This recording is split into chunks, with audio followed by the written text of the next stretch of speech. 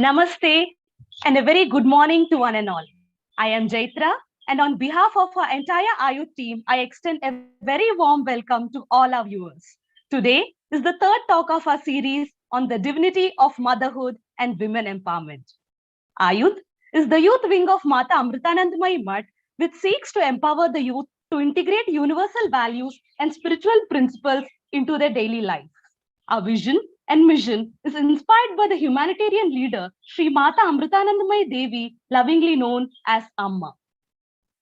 There is a Sanskrit saying, Yatra naryastu pujyante ramante tatra devata, which means where women are honored, divinity blossoms. Also, an empowered woman will uplift not just herself, but her family, society, and the entire nation along with her. This clearly illustrates the glory of women as she is the epitome of love, compassion, selflessness, sacrifice, and strength. In an endeavor to focus on the relevance of gender equality and women empowerment in the current scenario, we are very delighted to bring to you this third talk as part of a series of 9 sessions with highly accomplished and inspiring women in their respective fields. Before I introduce you to our special guest today, I would request Mokshamrita Chaitanya ji, who is a monastic disciple of Amma and also one of the national coordinators for AYUDH, to begin this session on an auspicious note with his words of wisdom and prayer. Namaskar. Thank you, Jaitra.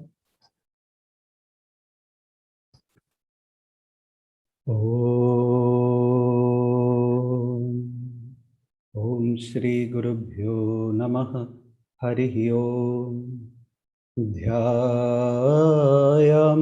Dhavalavagunthanavati Tejo Mayim Naishthiki Snigdha Pangavilokini Bhagavati Mandasmita Shri Mukhi Vatsalyamritavarshinim Sumadhuram Sankirtanalapinim Shyamangim Madhusikta Sutim Amritanandatmikam Ishwari Om Amriteshwari Namaha Om Amriteshwari Namaha Om Amriteshwari Namaha. My humble prostrations at the lotus feet of most beloved Amma, my Guru, my mother, my teacher. And my humble salutations to all the viewers today. I would not take much time because there is a very excellent speaker we have today, but I would like to mention few words from a very important talk that Amma gave in 2002. Amma was presented with the Gandhi King Award for Non-Violence, given in her recognition of the lifelong work she has done in furthering the principles of non-violence. So let me share a few sentences from Amma's keynote address, which she gave during that event at the UN headquarters in Geneva at the Global Peace Initiative of Women Religious and Spiritual Leaders. Amma said, quote, "In general, today's women are living in a world fashioned by and for men. Women have no need of that world. They should establish their own identities and thus recreate society. But they should remember the real meaning of freedom. It is not a license to live and behave any way one likes, regardless of the consequences for others. It does not mean that wives and mothers should run away from their family responsibilities. A woman's freedom and rising has to begin with herself. Also, for Shakti or pure power to awaken and arise in a woman, she first has to become aware of her own weaknesses. She can then overcome those weaknesses through her willpower, selfless service, and spiritual practice. In a process of striving to regain their rightful position in society, women should never lose their essential nature. This tendency can be seen in many countries and will never help women to achieve true freedom. It is impossible to attain real freedom by imitating men. If women themselves turn their backs on the feminine principle, this will culminate in the utter failure of women and society. Then the problems of the world will not be resolved, but rather only aggravated. If women reject their feminine qualities and try to become like men, cultivating only masculine qualities, then the imbalance in the world will become greater. This is not the need of this hour. The real need is for women to contribute all they can to the society by developing their universal motherhood as well as their masculine qualities. So there has to be a balance.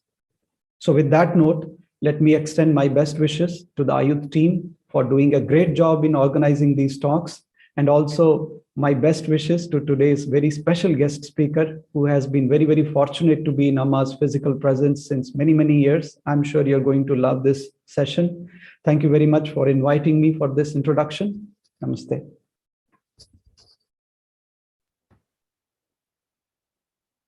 Thank you so much for welcoming me to this program. Really appreciate being here.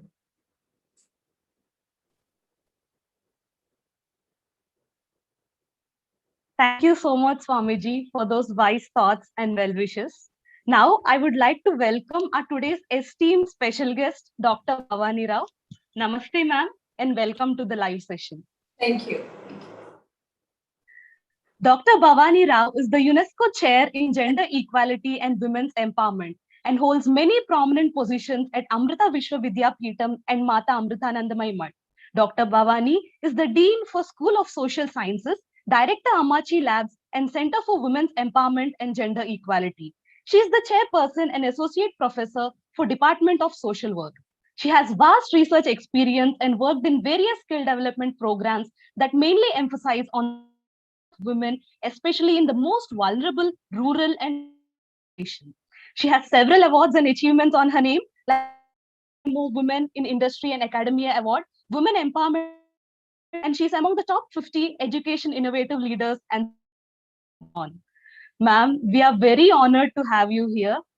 AYUDH team tarupuna Hridayapurvaka Vandanalu Mariyu Swagatam. So before we start the very insightful, I request all the viewers to please put their questions in chat. We'll try our best to answer them all. So, with your permission, shall we just begin our session? Thank you.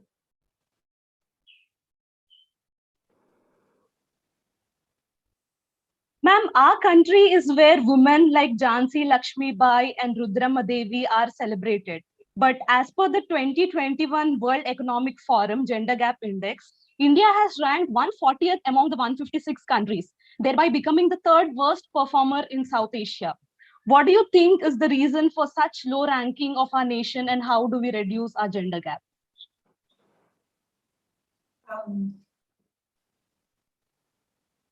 It's a very good question. Very interesting question also. Why do we only refer to our role models in the past? We have equally good role models now. We have people like Amma. I mean, she's studied, educated to the 4th grade, but she heads like a world, almost like a reformist movement in some ways. Such a powerful spiritual leader, and she's a woman. And there's plenty of other women examples that come to my mind, even in present day. This dichotomy where you have super empowered women, and then at the same time, really in the same place, which is our country, we have extreme amount of disempowerment of women, really a lot of violence against women, and just all the negative things, the things that you just mentioned about why we fare so badly in the world, is something that has been consistent. This dichotomy has been consistent in our country. And it's something that has always bothered me. We have had such powerful role models and examples, not just in the past, even now. Why is it at the same time that we have such a lot of suffering also for women? And I have mulled over this like a lot in the past. And this is my understanding of what things are. It may not be complete, because as you keep going, you keep adding layers to your understanding, but this is my understanding as of now. One main thing is I mean, let me start by giving an example. One, I think two main reasons why this happens is, I think one of it is just human nature, and the second is our culture. And I'll explain why. What is it that is there in human beings that makes us believe something but act in a very different way? So if you're a doctor and you know that smoking is injurious to health, but you still go out and smoke, why does somebody do that? We know like potato chips are not a healthy snack. But even if we know that and it's bad for us, we will still eat it. What makes us do it? What makes Indians worship God in a feminine form and use the same hand to beat the crap out of a woman? It just doesn't make sense. So we are somewhere incapable, and this is actually not specific to India. This is actually something, this is a phenomenon you'll find across the world. It's very, very core to human nature. You may really believe in something, but not really act on it. So what makes that difference is it's this lack of capacity to translate what we believe into action, I think is one of the fundamental problems. And I think this also comes to a certain extent because we don't have immediate results. Like you put your hand into fire and it burns, and so you pull it out immediately. So when there is not that immediate impact to your actions, then you may not be so interested in stopping yourself. To what kind of conditions and what kind of limits you set on yourself are probably not as strong. Now you can have a very strong system that actually enforces it, like you have in the West. You have a very strong, judicial and law system that enforces and stops against domestic violence and issues like that. But a lot of time, things like that are on the external will just force things underground. There's a more fundamental change that needs to happen at an individual level, where it's not just the question of believing in something, it's actually how you transfer into action. But that said, you do need very strong external factors as well. Indian Constitution, of course, and the Indian law has a beautiful, it's so well structured, it's exhaustively structured. Implementation is where we fail miserably. And the implementation fails, I believe, is because at the personal level, people don't have that kind of an investment. Second, when I say it's our culture actually allows for complete equality, like no other culture allows for it. And that's why I believe you see these extreme examples of empowerment too. This is why you have the Lakshmi Bais, and this is why you have the Rudrama Devi, and you also have Kannagi. People who are super powerful, just a regular individual, not even a queen, but a woman who is a housewife becoming super powerful, that she can actually challenge the king of an entire kingdom, a super powerful king, and bring that entire kingdom to ground. It's not just the queens, you even have a regular woman being that powerful. But what happens in our culture is that we turn around and we make her a goddess. And then you worship her, because it's easier for us to think of a powerful woman as a goddess and put them in a different place, as opposed to thinking that Kannagi was just a regular woman. We somehow can't wrap our heads around. So our culture actually allows for us to have that very high level of equality. But our understanding of that is basically based on the principles of Advaita. Advaita, when you have Advaita as a foundational principle, there is no way that you can actually have any kind of discrimination, not just against women, whether the way you treat your environment, the way you treat other human beings, the way you treat animals. There is no room for any kind of bias, and there is no room for any kind of discrimination if you really follow the tenets that is there in our spiritual philosophy. But that's not how it ever comes up. So our culture facilitates super powerful women, and there is room even till this day for us to have these super examples. It does not translate to everyday life, primarily because of human nature, but also the lack of enforcement of policy. So you have to have both. You have to have a strong enforcement of policies, but you also have to have a very strong understanding of what these basic cultures are. Otherwise, either it renders itself ineffective. But outside, I think we could be a little more stricter in how we enforce policies. I hope that answers. Thank you, ma'am. That was very rightly said, like bringing our noble cultural values into actions with a strong enforcement will definitely help us perform better with our gender index, and where women are very well celebrated as strong goddesses and we are worshipped. Thank you for that. So moving forward, ma'am, you have experience of working in various skill development programs. So what do you think are the most essential skills that a woman should possess, like especially the rural Indian woman, which will enable them to lead their life in its fullest potential? Okay. Yes. So yes, so when you say skills, I'd like to just broaden that context a little bit to say. So skills is a form of knowledge. It's a form of education. So Amma says there are two kinds of education. One is the education for life and the other is the education for living. So we can liken the education for living your vocational skill. Actually, any kind of education that you do is really an education for living, and that actually means a vocational skill. So whatever you learn, your engineering or anything actually is a vocational skill in that sense.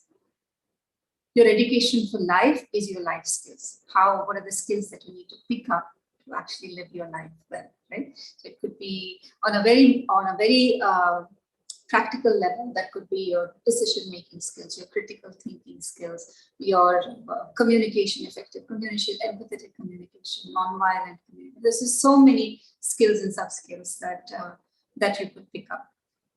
Vocational skills are trade dependent. So it depends on what trade you're doing, what kind of profession that you choose, your skills will be dependent on your vocation. Then you have life skills. Life skills are not gender specific. None of the life skills are gender specific. They're just human specific. So they're just human skills. So if you're talking about, if you say that compassion and love, I think men should have just as much compassion and love as a woman should. When Amma talks about universal motherhood, she's not saying that that's how women should be. She's saying that's how all people should be. And we awaken that power of universal motherhood in us, that the man has to awaken the divine feminine within, the woman awakens the masculine side of her also. You have to be balanced individuals. So these skills, life skills, are not gender specific in any way. This is my understanding. Tomorrow, if I unearth a gender-based biased skill, I will most certainly let you know, but I haven't found a skill so far that is gender biased in any way. That said, I have another thought on this. When you ask about empowerment and especially for rural women, and you're talking about living life to the fullest, I mean, who defines living life to the fullest? What does living life to the fullest mean? Now, each person can decide what living life fullest means to them. Maybe for a woman who's in the village, maybe looking after her children, her farm, her animals, this must be living life to the fullest. Having grandchildren around later when she grows older, this probably is living life to the fullest. And we are not there to dictate what it means to her. So you can only do that as an individual level, as what living life to the fullest actually means. The question is, how does each person live their life to the fullest? I believe that not just education and skills are not alone enough to living life fullest.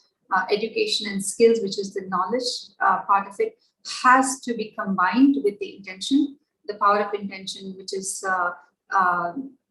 which should be rooted in compassion and empathy. And this must be coupled along with the force of action. So where you actually act, but you act in a way that, as in the Dharma, as in the Gita, they say is with nishkama karma, with altruism. So it's only when you combine all these three that you can actually live life to your fullest. So this is very beautifully encased in a mantra that is there in the Lalita Sahasranama, which talks about the Divine Mother is having the qualities of Ichha Shakti, Jnana Shakti, and Kriya Shakti. So if you think about Jnana Shakti, which is your education, your knowledge, your skills, your knowledge and skills alone is not enough for you to live a complete and a fulfilled life. You need to make sure that your intention, which is your Ichha Shakti, is rooted in compassion and in love. And you need to make sure that it translates to action, which is the Kriya Shakti. And that kind of action is altruistic action, where you don't really expect the results of your action. And I think this basically compounds to a fulfilled or a complete life. I hope that answers the question. Thank you, ma'am. So it is our intention and combined with the knowledge and appropriate action that gives us life its fullest potential. That's really very well said. Going forward, like ma'am, you are currently holding the UNESCO chair in gender equality and women empowerment. With so many years of your experience working in this field, how do you see these concepts of gender equality and women empowerment? Like, what role can men and women play this goal of gender equality? I'm sure that the Mukshamritaji was talking about Amma's talks. Amma gave two talks. One was in Geneva in 2002, where Amma was awarded the Gandhi King Prize. And in that, she gave most like a phenomenal talk on women's empowerment and the role of women and the awakening of universal motherhood. In that talk, Amma says that men and women are like two wings of a bird, and without the two in harmony, without the two in balance, harmony cannot exist in society. I'm rephrasing it a little, it's not an exact word, but that's pretty much what she said. And this has been like something that has guided everything that, and I've seen this particular truth come alive through all my work. And if this kind of equality and harmony, you have this, somehow this entire gender equality conversation, I mean, the women's empowerment conversation really revolves around gender equality. And if you don't have this balance, I think it's, especially in the current context, it's going to be quite, I don't know, devastating for us as human civilization if we don't find this kind of a balance very soon. I see that women's empowerment is as a process towards achieving gender equality.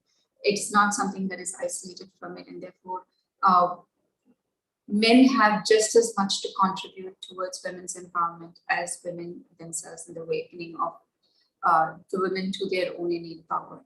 And I would say that it actually takes an empowered man to facilitate women's empowerment, or to even accept women's empowerment. So it is very critical for both men and women to work towards women empowerment.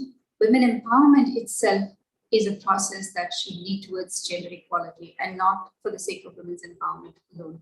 Without that balance between men and women, between the sexes, we really cannot stabilize our existence. This is what I have to say on that subject. True, ma'am. Thank you for that.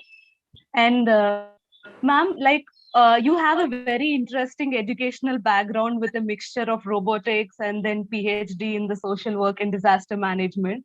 So that is a very bold career, I should say, because usually girls doesn't usually do robotics and all. Like, so what is your suggestion to young girls of today when it comes to making their educational and career choices? And also, what is your advice to the young girls about the indiscriminate use of social media and technology in general?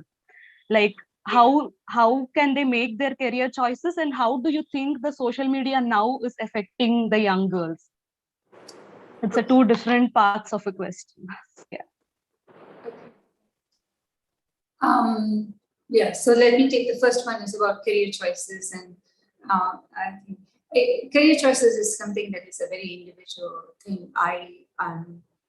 It's true that I did a very typical thing is starting off with the sciences, which all Indians are obsessed with.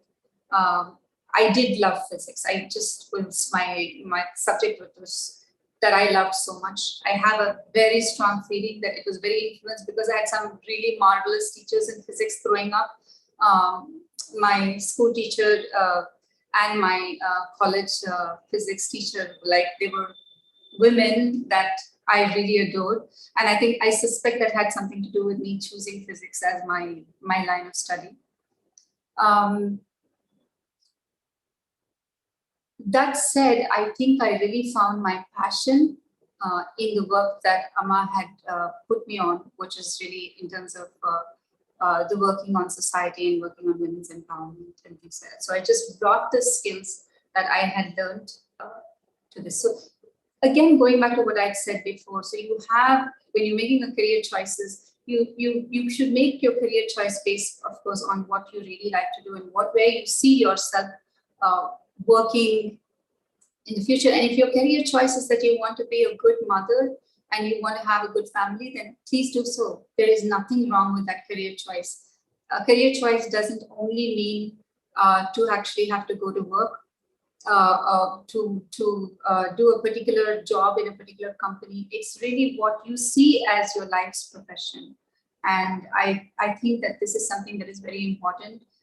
There is nothing wrong with any specific kind of a career choice that is towards harmony. I will not say that every single career choice is, I'm still a little, I hold my biases on certain things. I would definitely encourage career choices that are pro-environment and pro-community welfare and well-being. So definitely that aspect is there.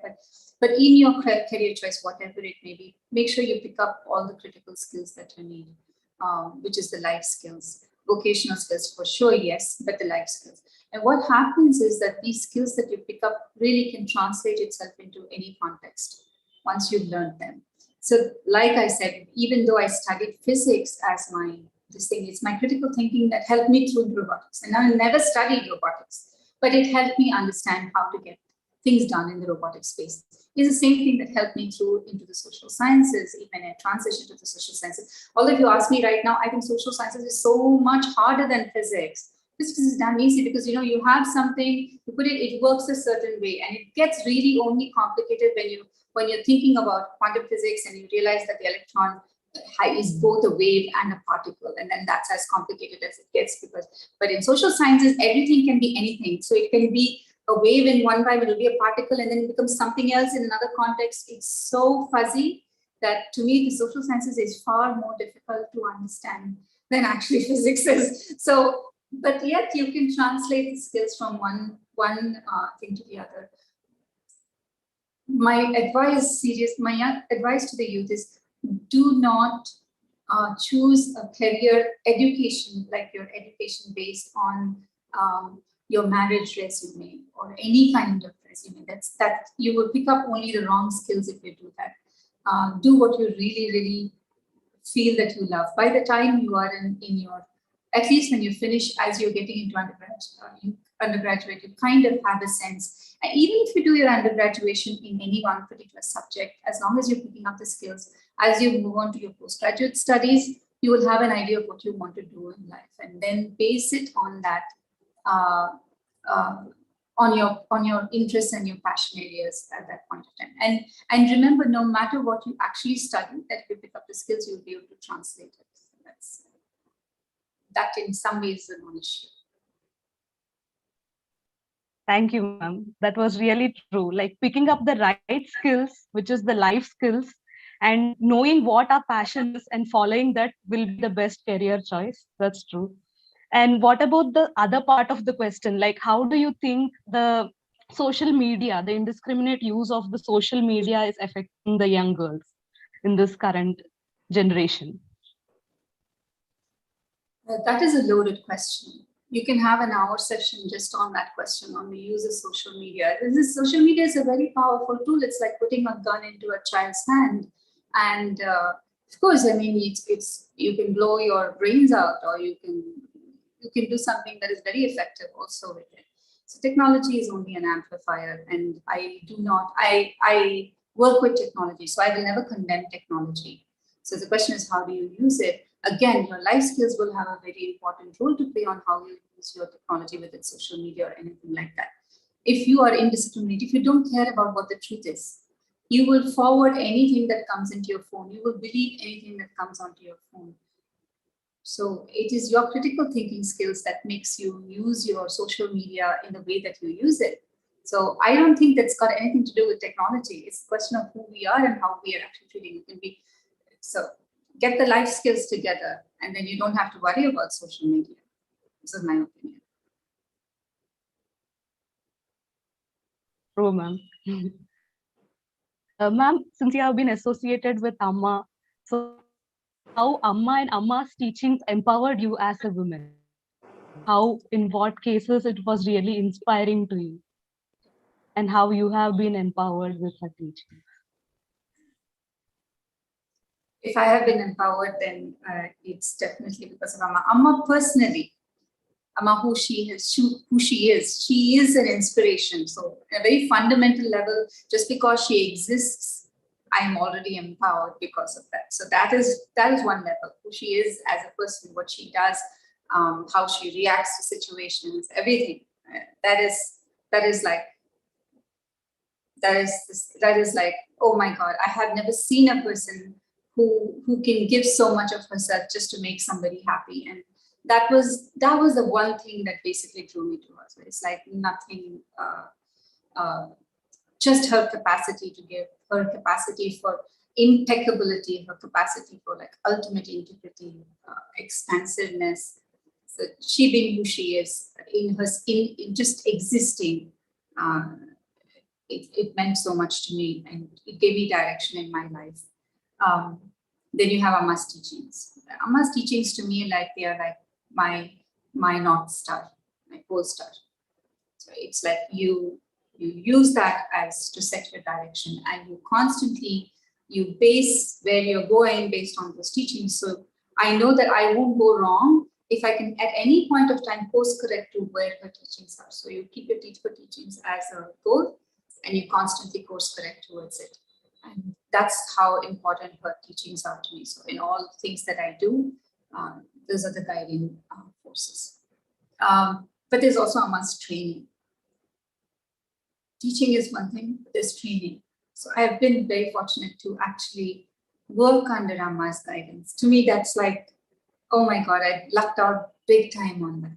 Yes, people have seen Amma, you're inspired by Amma, you get to read her teachings, but my God, to be actually trained by her now, I wish I was the perfect instrument so that I could be like the super, I don't know, like Arjuna kind of character who can get everything like, who use both his arms kind of thing, but not, I mean, I'm a pretty, like a broken pot in many ways. I know my weaknesses, so I'm broken pot in many ways, but to even then for her to be able to use or to be able to bring out whatever it is that anybody sees in me is because of her training, is because of her creating the circumstances to give the constant coaching and the course correction in a million different ways. Whether it's flexibility, whether it is context-based responses, just working around Amma in the ashram on her programs has given me the kind of life skills that I use everywhere. So anything that I have managed to do is because of all this training that Amma has put me through in a very tangible way. Knowledge you pick up. Sometimes you forget. Remember I told you with human nature, you know some things, but you don't actually put them to use. So Amma's a surefire way of making you really start using everything that you think you understand, but why haven't you actually used it? So in terms, it's that I could go on about this. But yeah, this is Amma's teaching is like super. It's really made me who I am. And on the next level, I'm talking about Amma and me as a person, but the environment that Amma creates, the environment that she creates directly for you and indirectly for you. The fact that she has instated women in temples as priests, it shows you that a woman can be a priest. That kind of, there is a super level that Amma has created in terms of women's empowerment to show that you can actually be in any and every space that you choose to be at that level, at the mega level, but even on a very mundane level at the university. It's like Amrita University is this amazing place to work in, but it's amazing because of Amma. It's amazing because she's created those opportunities. I do believe it's only because of her that we have so much of women leadership within the university, which is kind of I'm sure there are other universities that have a lot of female leadership, but in such a short time, so fast, so many women leaders, it's really because of Amma. It's because she keeps pushing that, she keeps pushing and she keeps directly empowering, she creates that space where women can actually flourish. And it's important, very important lesson to learn. Women need to create space for women to flourish. One of the biggest oppressors of women are women, not men. The mother-in-laws will trouble the daughter-in-laws. Daughter-in-laws will trouble mother-in-laws. We have the power to change this power dynamics within ours. We can do it with love. Let's not put the blame on anybody. Let's take ownership and create spaces of comfort and safe spaces and spaces of empowerment ourselves. Yeah, so these are all the things that Amma says. She's actually, I think, very tangibly related to everything that I am through her, just she being who she is, through her teachings, through her trainings, through her facilitation of the Latin environment. That's really beautifully said, ma'am. Thank you. And ma'am, you have the experience of working with the various projects, right? Can you share one of your memorable or challenging experience while working in the tribal populations or with the rural women, where there are a lot of superstitions and social stigmas associated with their culture and what they follow? So any such good experience you had? Yeah, there's actually many lessons from that. And I've been asked this question before, and I always, I kind of spin myself into a cycle because this history just go on and on about it. So I think that one of the first things that I learned was that I had actually a lot of notions going into the rural villages. So the thing is that you're an empowered woman and you're going to go and help somebody who's in the rural village. This is something that is so subtle that you don't even know. Even though you may have the feeling, oh, you are listening. The fact is that somewhere you have that bias deep down into you. And one of the first most painful lessons that I learned was actually you have so much to learn from them. They are so much more powerful than you in so many different ways, whether it's just physical capacity that they have, mental resilience that they have. We don't have that. The smallest thing can go wrong and then we're in pieces. They can take adversity, they can take hardships in with such grace without becoming bitter. That is like super powerful. I mean, we don't have that kind of thing. So one of the first things, very humbling, is that yes, we go to do some things and we help them get things that they don't necessarily have. But empowerment happens on, it's a two-way street. It happens, if it happens to them, it happens to us. And it's the same thing when we talk about men also being involved in women empowerment. Empowerment is a two-way. So if it goes that way, it comes back this way. You also are empowered in the process. That's the first thing that I would like to say. And the second thing about what was difficult in our work in the villages. Cultural mindsets are often not that easy to deal with.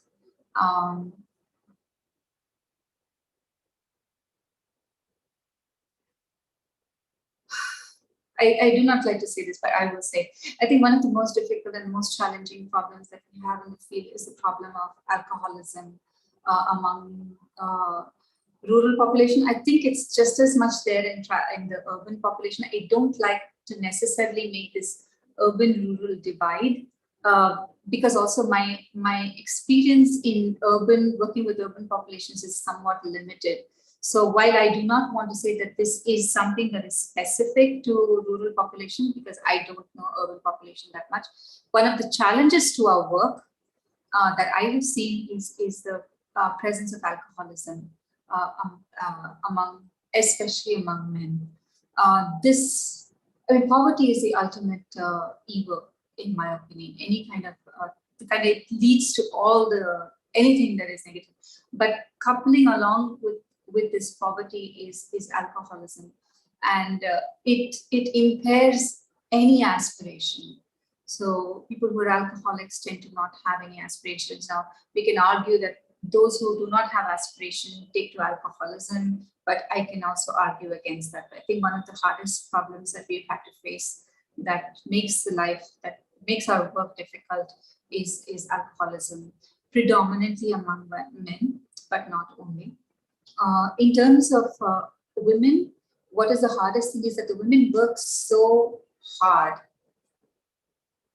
They're working every day around the clock. So for us to even to work with them, even additionally for a few more hours, is actually taxing an already overworked person. They're already working from morning to night. So they say, okay, come, you can make some more money. But why? She's already working. Why do we want her to do more work? And this is something that even now it really gets to me. But so this is why we also started working on the men's empowerment, because I was like, come on, you have to drag these men up also and then get them also to do. It's not like in all villages they don't work. Maybe they do work sometimes in the field, and sometimes not even in the fields. Like in the Uttarakhand areas and all that, not even the field work is almost completely done by women. So these are the hardest challenges that you face, not easy challenges. So if it's a lack of infrastructure, lack of policies, and these all can be done, but how do you actually get the people to live? Behavioral change is probably the hardest, slowest factor. And we haven't gotten it right since we're human beings for centuries. So it would be foolish to expect that it's going to go away, but we only have one choice, is that we keep working. And the second one, which is not as important, is basically how do you do things in a sustainable way? Making sure it's not just only about men and women, it's also that the environment matters just as much. So to take all those things along, where you can have economic empowerment, but not at the cost of environmental sustainability. So things like that. Those are the more technical. Grassroots is behavioral change is really the hardest. True that our consistent efforts and, as you said, sustainability can only bring a little change in their behavior. That's really true. Thank you for sharing your experience. That's what Amma does with us, right? Behavioral change, if you think about it. Yes. Can you give us an incident where, like, about a lady or any person who has, like, in your course of projects, have brought in some change with themselves and improved their lives, or any such particular example?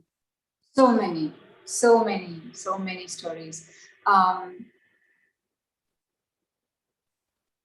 Just trying to think of which one would be a wonderful one.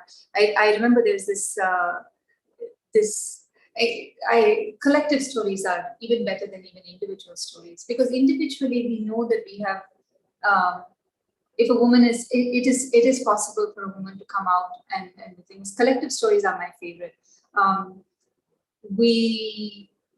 So this is a long drawn logic. We were training women in vocational skills, and when we were in the villages in the beginning, when we talked to people about what was the thing that they were most worried about, of course, the women were most worried about children's health, and of course, diarrhea at that point in time was still one of the major problems that the children faced. And so we talked to them about water quality and sanitation, and none of these villages had sanitation. They didn't have toilets, and this was the time also just a little before the Swachh Bharat mission was launched. And as we started working on this project, the Swachh Bharat mission was also launched. And so it made sense for us to work with these women in the villages to get toilets for themselves. And they didn't have access to toilets. They would walk at least 1 kilometer, 2 kilometers every day. And so what we did is these women that we were working with, they were agricultural laborers. So they would work in the fields during the season, agricultural season, and they would work in local construction sites during the off season for daily wage labor. So we said, okay, so anyway, you're going to construction sites, so why don't we train you in masonry, plastering, and plumbing, so that you can you pick up a skill that you can use during the rest of the year, but you use it to build toilets in your houses. So the need for sanitation, coupled with the kind of a life skill that would, kind of a vocation skill that would give you some kind of an income generation. And it was very interesting because the women from 18, we worked with 18 in 21 villages. We had worked, we handpicked, and these were in 21 states. Out of the 21 states, 18 villages, the women of the villagers were the ones that built their toilets, that learned this trade, and they took their entire village to an ODF status, which is open defecation free status, which means they basically approached every household in that village, convinced every household that the need for a toilet, and explained to them the uses of a toilet, talked to the government, mobilized funding for building toilets, and by the time they were awarded that certificate, they had managed to get over 60% of their village to have toilets and bring in sanitation practices. The rest, out of the 21 rest, the government had, the Switch Bharat scheme had already started building the toilets. So we did not. So when I say 18, means they've done, including the toilet building, including the training, including the mobilization and everything, and gotten the status of defecation free. This is, to me, like one of the most amazing things that has happened. One of the most amazing stories. They're women. They learned how to build toilets, and it's very interesting. So one of the women had come for an inauguration at another center we are starting, and the minister was there, and he had asked, so what are you doing? Who are you? She's very proudly told him, I'm a Rani Mistri. So that means I'm a mason, and she's working as a mason. She was one of the women who learned masonry and plumbing with us.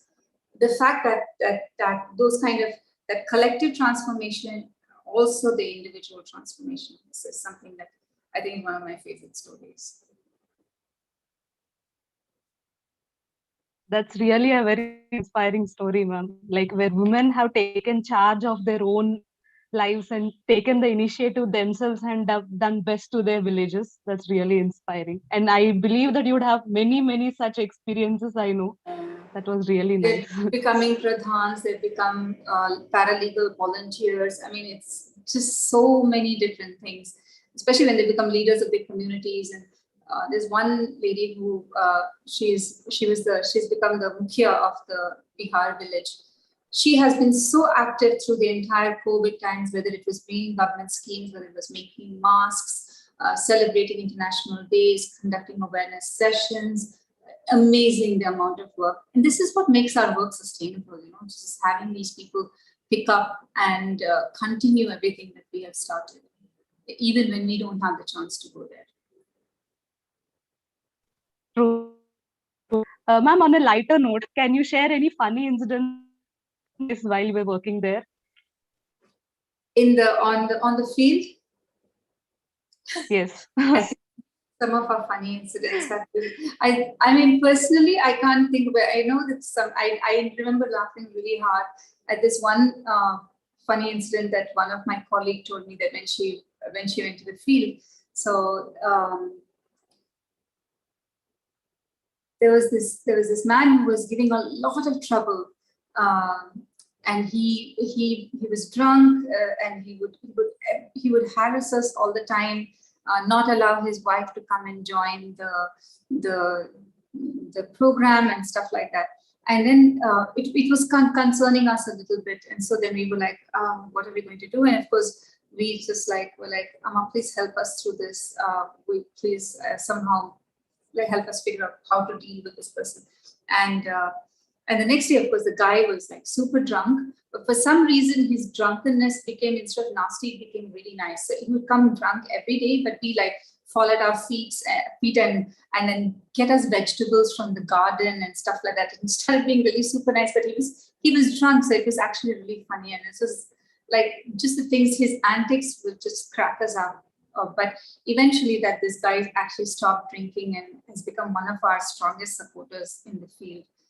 It's not like a funny story like that, but I mean, it was funny at that time with his behavior. That's really nice.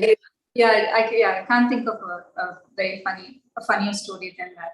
I can think of a lot of precious stories, like elephants, 20 of them coming into the thing, and things like that. But funny, I don't know. Ma'am, we have our live questions from our viewers coming up, so we'll take them. So this is a question from Rohan from Delhi. He's asking, what is the main difference you see in the way in which women are treated in our country and the way they are treated in other Western countries such as USA? Like, what are the pros and cons of a woman being born in India versus in West? That's a very interesting question. It is, and it's a good question. Okay, but I have to tell you, I start off with a bias. Okay, I'm Indian. So I have lived in the West and I have lived in the US also. But I have to say that I am Indian. So therefore, there will be a bias, and you have to please take it as the fact that there is a bias. I'm not lying about my bias, I'm stating my bias.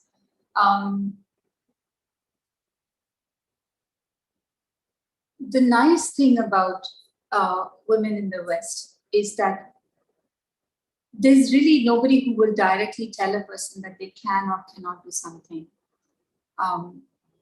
So there's no direct inhibition, but at the same time, I mean, to go with the pros and then get to the cons.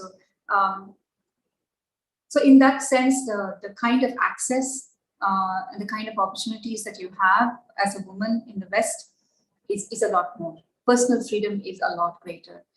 Your access to just cars, technology, education. It is much better. They're also richer countries, and therefore the inequalities that come with poverty is far lesser. So those are the things I would say are the primary advantages. That is actually universal. It's not women specific. Poverty comes with an entire baggage of its own. So if you're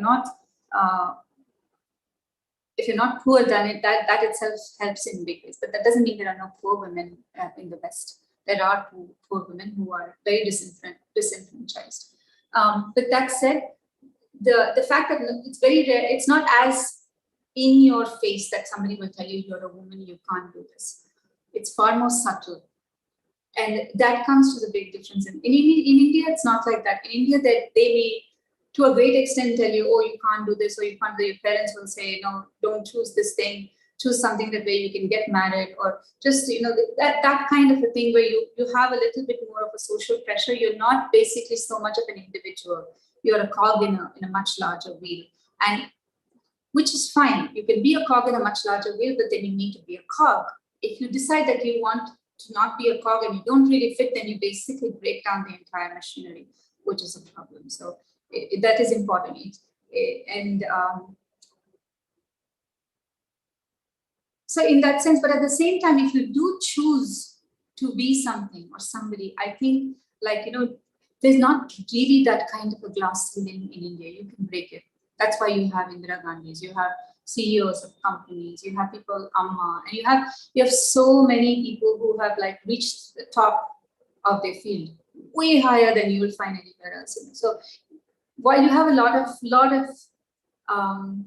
and maybe because of it, maybe there are so many breaks that if each time you have to cross a barrier, you have to be not twice as better as men, but you'll have to be 5 times better than the men to even cross those barriers. So automatically you're way better than men when you get to the top. Maybe. I haven't proven it so scientifically. So this is why I think maybe that's what it is.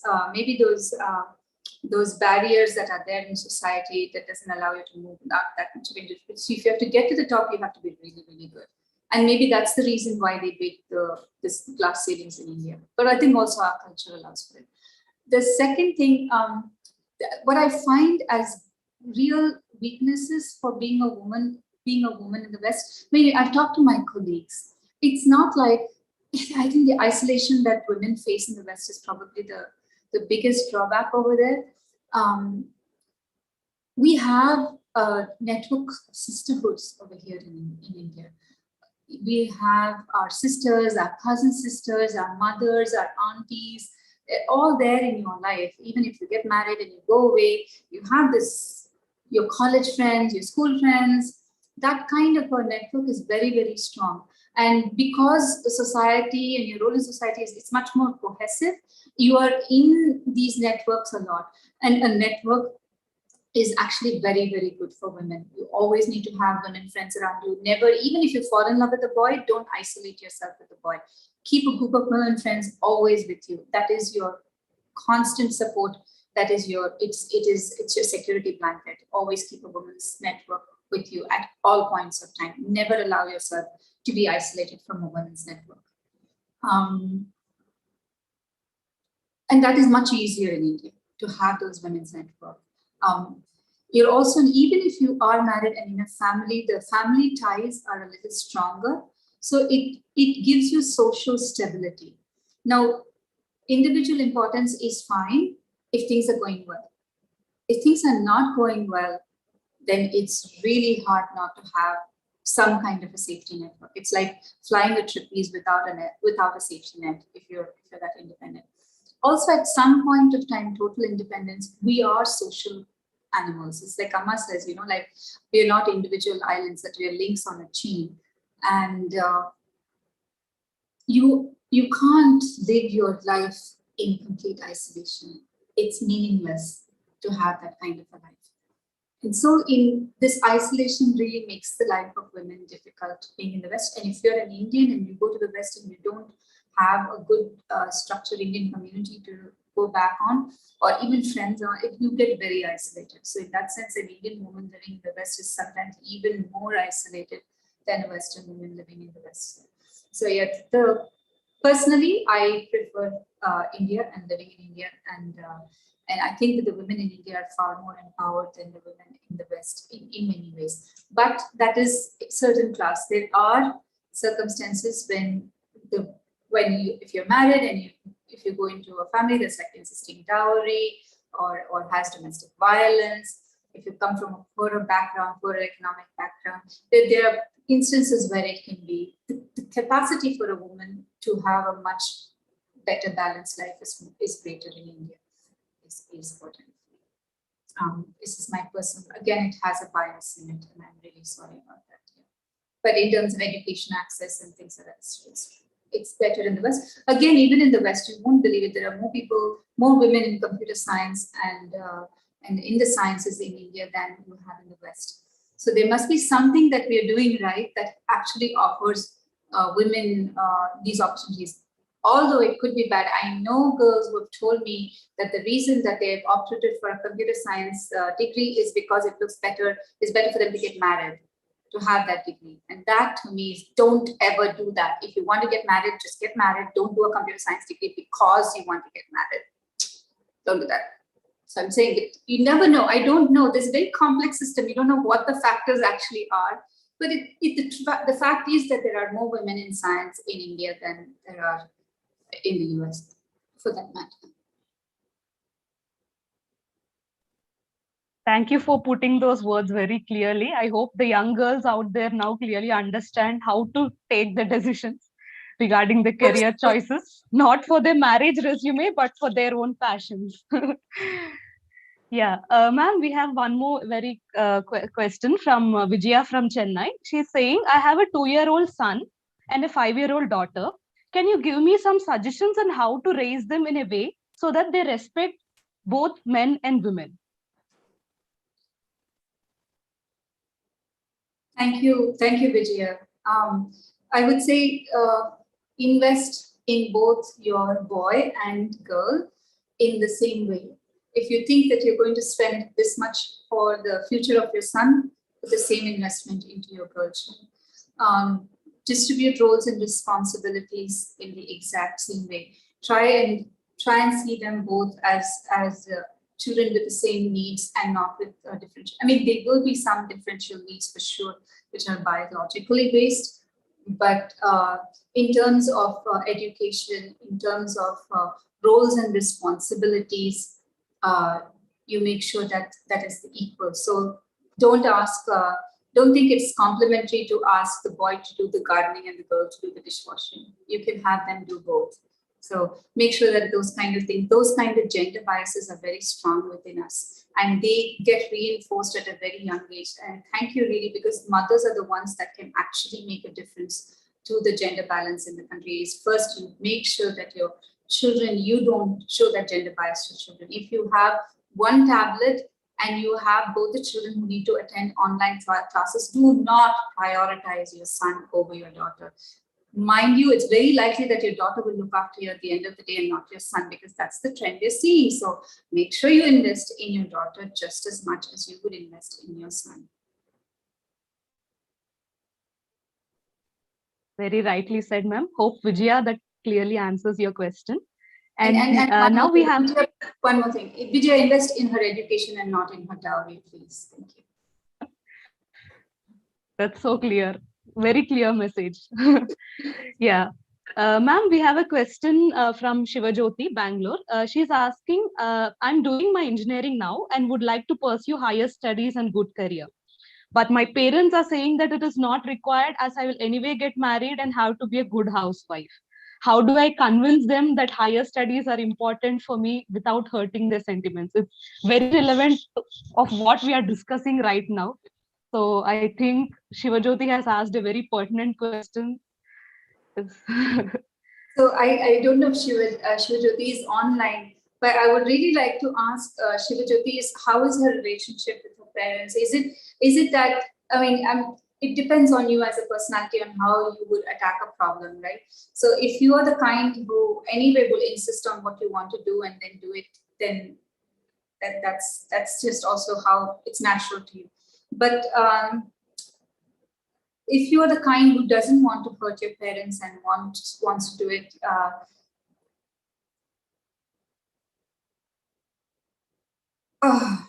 it is difficult for me because to answer this question, because if I wanted to do something, I just went ahead and did it anyway. It is very hard for me to go through a long-term conversation and see, but you could do it.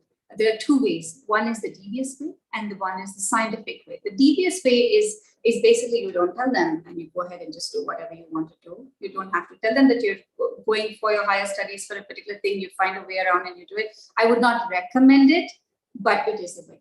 But the better way is to actually scientifically, if your parents are open to scientific understanding and acceptance, is then you actually show them the benefits of education.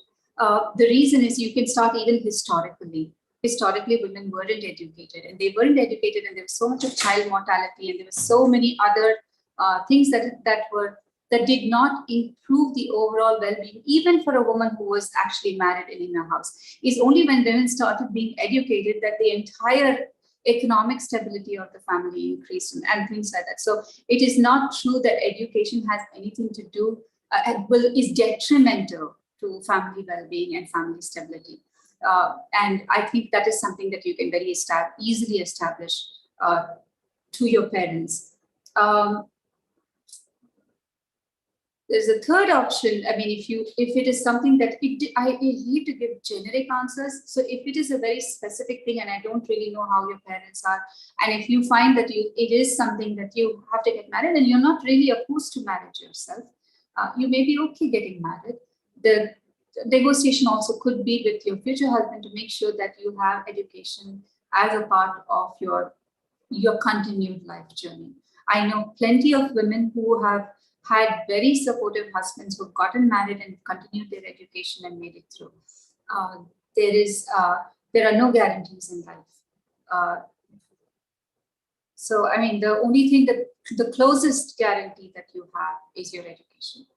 See if you can convince your parents that if they can invest in your education and can show them the economic and social cost benefit analysis of actually education of getting married, that would be possibly the best way forward.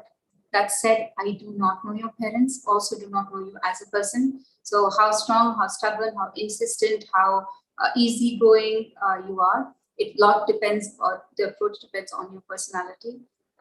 Myself, I'm a slightly brazen person. So if somebody told me not to do something, I would probably have gone ahead and done it anyway, but that's me. I would not advise the same thing to everybody.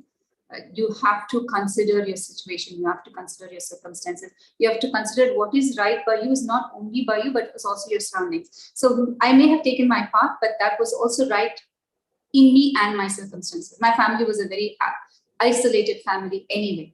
So my parents lived abroad. We had not strong connections with the rest of our family. So the impact on community is very, very minimized. I could do what I could do, but with minimal damage on others.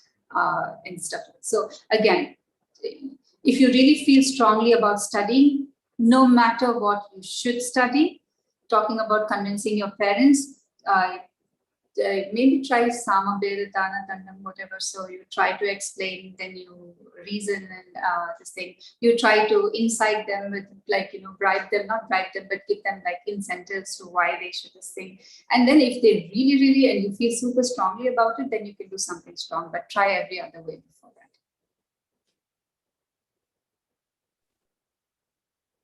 Hope ma'am's suggestion is clear to you, Shivajyoti. We wish you all the best of whatever you pursue, and we wish you the best future.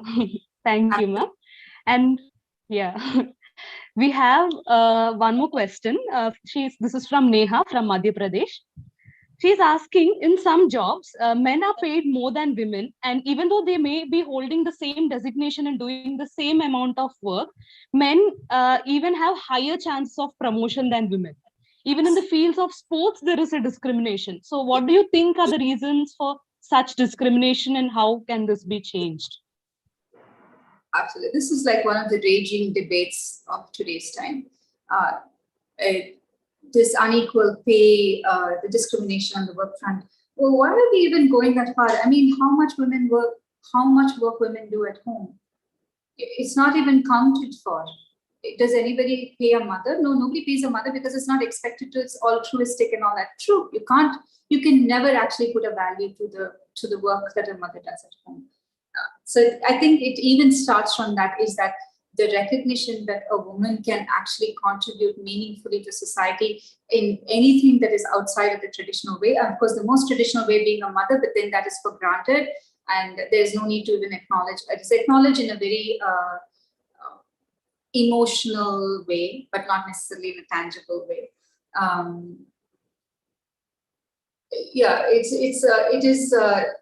The causes are not cultural.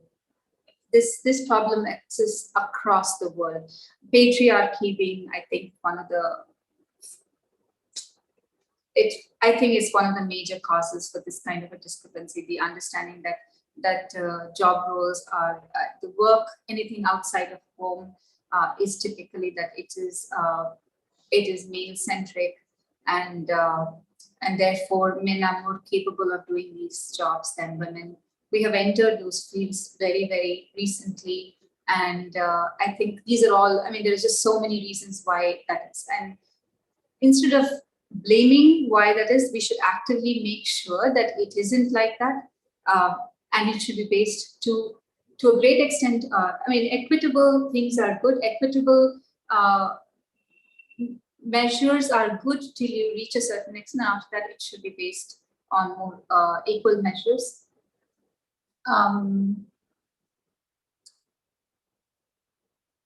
I think that as a collective, as a women collective of women and empowered men, I think we have to together work to make sure that these things don't happen. It's not enough to say that somebody is not giving a pay. Who is that somebody? That somebody is us. The person who's a CEO of a bank is, or say of some company, or the HR person who's giving you your money is an individual just like you and me. So each one of us have to be responsible for this. As long as you in your house are making a discrimination between your male and a female child, do not expect the world above to change. It's not going to change. If you are a mother-in-law and you can treat your son and your daughter the same way, then you can expect fairness starts with us. It starts in our behavior. It starts the way we change, we treat other people. So as women, we have the power. This is the reason why women are powerful. It's what they keep saying, is there's only one thing that men absolutely cannot do that women can do. Women can do everything that a man can do. But a man can't do everything that a woman can do. It's the fact that you basically give birth to a child, and by doing so, you have power over the child, which means you have the power to transform the future, which the man doesn't have. And we don't understand, it sounds like rhetoric, but if you think about it in a very cold-blooded way, that's a super powerful thing to have. That you have actually the power to control the future. So you make sure that you have yourself, you remove biases. And it's not just about men and women. Men and women is just one kind of a bias. We should remove all kinds of biases. Only when we really strive for a life without bias and without fairness, then we can actually make these larger systemic changes. Of course, you can have policies. Of course, you can have laws in place. But our country is the best example where you have beautiful policies, completely failed implementations. Why? Because as people, we don't stand up and we don't actually work together towards making those things a reality, in the sense that we should not be comfortable. As long as it suits us, we keep quiet. This is why the British ruled us for so many times, because if it suited us, we kept our mouths shut. We're just chicken. We're not brave enough to come together on things that matter. We're emotional. We'll go and fight and then we'll break things and all that in stupid, indiscriminate ways. But for things that matter in a very thoughtful, concerted ways, we don't stick with each other. We work together and we make sure that those biases do not happen. When you are responsible to why you make the right decisions, we change the world for the future. We make a pledge that we make sure that we don't have gender biases. We start testing ourselves for biases. We remove those biases in an active way. It's not easy. Even I have biases with everything that I talk about women's empowerment. I'm sure if you do a test on me, you will find biases within me, because those are so subtle and hard-coded. Imagine how much work we have to do to even bring our biases up front. Well, let's work together on it.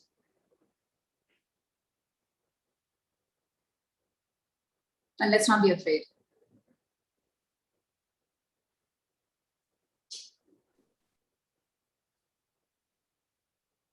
True, ma'am. That's really very boldly said. Thank you for that. The session is going very wonderfully, but keeping the limited time we have in mind, we'll be closing for now. Thank you, ma'am. Thank you very much for all your insightful thoughts and your experiences, sharing your experiences. You have been a really inspiration to many. And also, I would like to thank our entire AYUDH team and Swamiji for their continuous support and guidance with which this session is possible. And last but not the least, I would like to thank all our viewers who have joined in this session and made this successful. I request you to please share, like, and subscribe our video and stay tuned to our future talks. Any questions you have, please post them in the comment section. We'll definitely get back to you. Once again, thank you very much, ma'am. We are very honored to have you here. Thank you, AYUDH. It's wonderful being here. It's also wonderful working with AYUDH. We do a lot of work along with AYUDH. So yes, I look forward to continued interaction with AYUDH on the different projects, including gender sensitization projects. Look forward to working with you. Thank you so much, ma'am. Thank you for that. So we'll be closing our live session for today. Thank you, one and all. Namaste, Lokaah, Samastaah, Sukhino Bhavantu. Thank you.